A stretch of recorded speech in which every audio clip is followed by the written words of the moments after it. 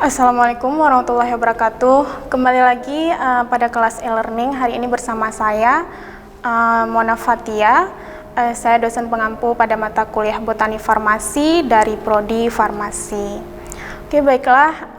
Hari ini saya akan memberikan sedikit perkuliahan tentang terminologi morfologi.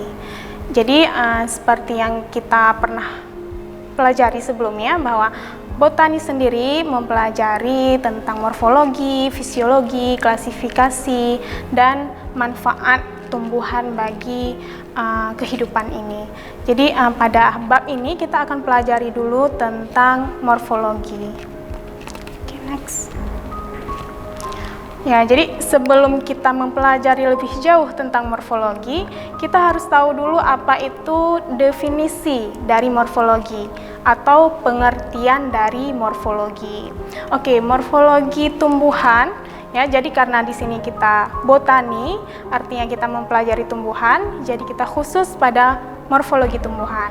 Jadi morfologi tumbuhan itu merupakan ilmu yang mempelajari tentang bentuk fisik dan struktur tubuh tumbuhan.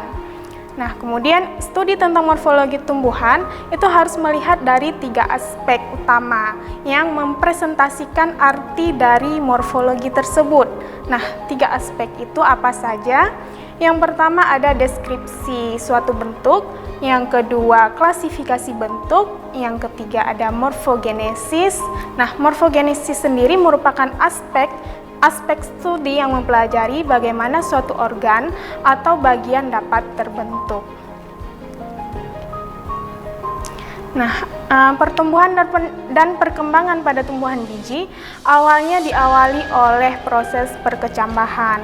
Nah, jadi pada embrio atau sering disebut juga dengan lembaga, terdapat plumula yang tumbuh menjadi batang dan radikula. Nah, kemudian tumbuh menjadi akar. Nah, perkecambahan pada akhir pertumbuhan membentuk akar, batang, dan daun. Kemudian pada ujung-ujung akar dan batang terdapat sel-sel yang senantiasa membelah diri. Sel-sel ini sering disebut dengan meristematis. Ya, jadi sel-sel yang senantiasa membelah diri itu kumpulan sel-selnya ada jaringan, sering disebut dengan jaringan meristem. Nah, berdasarkan letak kotiledon saat berkecambah itu ada 2 tipe perkecambahan. Mungkin kita sudah pernah mempelajarinya, sudah pernah mendengarnya pada pelajaran biologi saat SMA. Sekarang kita review lagi untuk memperluas lagi tentang perkecambahan ini. Oke, yang pertama ada perkecambahan hipogeal. Nah, pada perkecambahan hipogeal ini terjadi pertumbuhan memanjang dari epikotil yang menyebabkan plumula keluar menembus kulit biji dan muncul di atas tanah. Nah, kotiledon dan endosperma berada di dalam tanah. Contohnya seperti kacang merah dan kacang kapri. Nah, kalau tadi ada hipogeal, ini sekarang ada epigeal. Nah, pada epigeal ini pertumbuhan memanjang akibat kotiledon dan plumula terdorong ke permukaan tanah.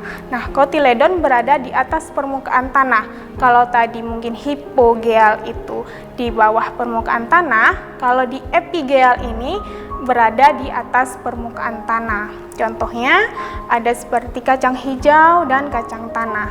Jadi di gambar ini ada dua gambar, yang contoh epigeal dan contoh hipogeal.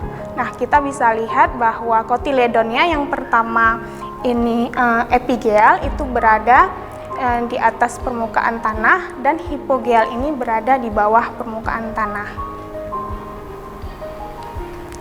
Nah, kemudian terminologi dan morfologi tumbuhan tingkat tinggi dan tingkat rendah. Jadi seperti yang sudah pernah kita ketahui bahwa tumbuhan ini ada yang digolongkan ke dalam tingkat tinggi dan ada tumbuhan tingkat rendah. Nah, klasifikasi jadi tumbuhan tingkat tinggi dan tingkat rendah ini dibagi lagi berdasarkan sistem perkawinannya. Ya, jadi dikelompokkan atau diklasifikasikan lagi berdasarkan sistem perkawinannya. Nah, untuk tumbuhan tingkat rendah itu sering disebut dengan kriptogame, dan tumbuhan tingkat tinggi yaitu tumbuhan berbiji sering disebut dengan phanerogame. Phanerogame.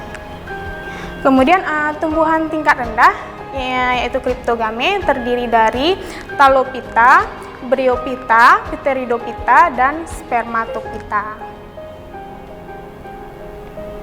Nah, jadi di sini ada beberapa penciri atau ciri-ciri dari ada Talophyta, ada Bryophyta, ada Pteridophyta, dan ada Spermatophyta, yaitu tumbuhan-tumbuhan tingkat rendah yang sudah kita sebutkan dan kita lihat pada slide sebelumnya. Jadi pada tumbuhan Talophyta bentuk tubuhnya itu berbentuk talus. Kemudian Bryophyta peralihan antara talus dan kormus, kemudian Pteridophyta kormus, dan Spermatophyta kormus. Jadi ini berurutan antara Talophyta, Bryophyta, Pteridophyta, dan Spermatophyta. Jadi dari yang paling sangat kecil hingga ke bentuk yang sedikit lebih besar. Kemudian perkembangbiakannya, kalau Talophyta bisa dengan secara seksual dan secara aseksual. Begitu juga dengan Bryophyta dan Pteridophyta dan juga Spermatophyta. Jadi pada tumbuhan tingkat rendah ini perkembangbiakannya itu bisa secara seksual dan juga secara aseksual. Kemudian alat perkembangbiakannya, kalau pada Talophyta ada sel anakan dan juga spora. Kemudian Bryophyta ada bagian tubuh, jadi dia bisa berkembang biak dengan bagian tubuhnya. Kemudian ada juga dengan spora. Kemudian Pteridophyta ada bagian tubuh juga dan juga spora. Nah, kemudian kalau Spermatophyta bagian tubuh dan juga biji.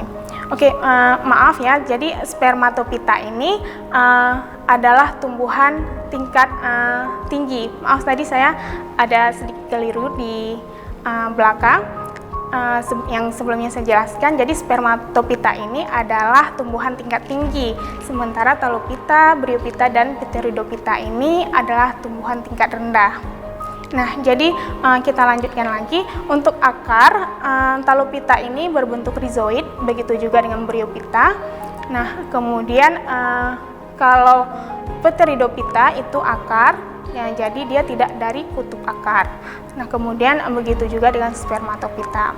Selanjutnya, batang dari Talophyta itu berbentuk talus. Jadi batangnya itu tidak terlihat jelas dia itu batang ataukah dia itu tubuhnya, akarnya. Jadi dia itu berbentuk seperti talus. Kemudian Bryophyta itu bentuk batangnya itu sudah hampir lebih jelas dibandingkan dengan Talophyta. Nah, sementara Pteridophyta itu batangnya jelas, begitu juga dengan Spermatophyta. Nah, untuk daun juga Talophyta itu dia tidak mempunyai daun. Nah, jadi sementara Bryophyta ini karena dia sedikit lebih tinggi dari Talophyta, jadi dia ada semacam daun, tapi tidak jelas seperti daun, tapi dia itu adalah daunnya. Kemudian Pteridophyta itu daunnya sudah jelas, begitu juga dengan Spermatophyta. Nah, yang terakhir ada bunga. Nah, untuk Talophyta, kita akan lanjutkan setelah pesan-pesan berikut ini.